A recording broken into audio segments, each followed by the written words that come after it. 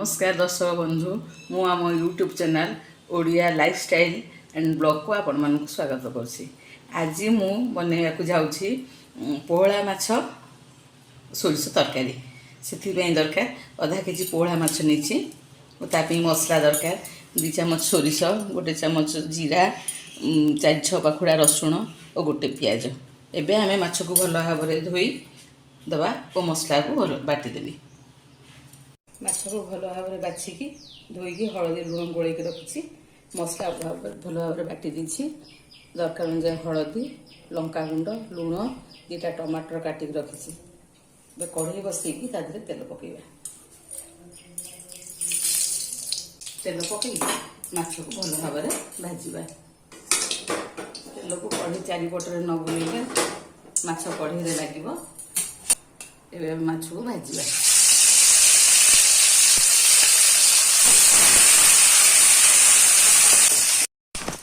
माछटा हो गलानी एबे आमे ताको बाहर करदवा।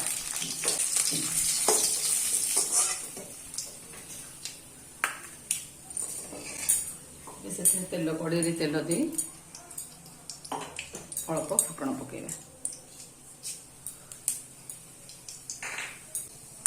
फुटण फुटलानी एबे आमे सेथिरे बटा होई रहिथिबा मसला 10 रंगिया हलदी, लंका गुंड हाफ चामच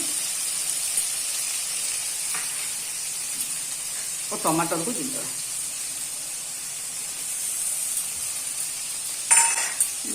मसला को 10 ରୁ 15 मिनट भल भाव कषि हवा दबा।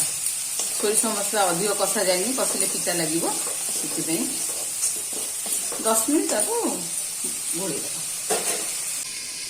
एबे 10 मिनट हो गलानी मसला को काढ़ी देखिबा।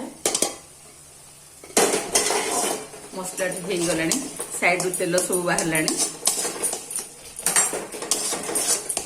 पोहला माछ अधिक पानी देले भल लागे। अल्प पानी देकी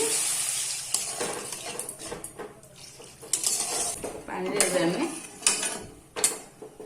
स्वाद अनुसार लुण पकेबा।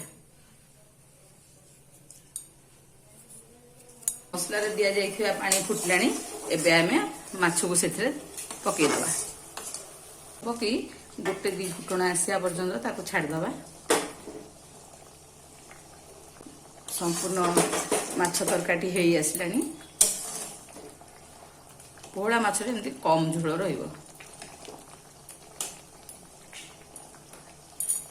एबे तार टेस्ट बढ़िया को सेथरे सामान्य लेंबू चिपुड़ीबा।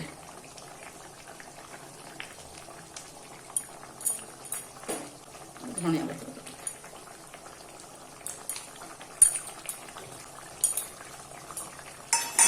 एबे तरकारी खाइबा पेंगा रेडी। गैस को बंद कर दे।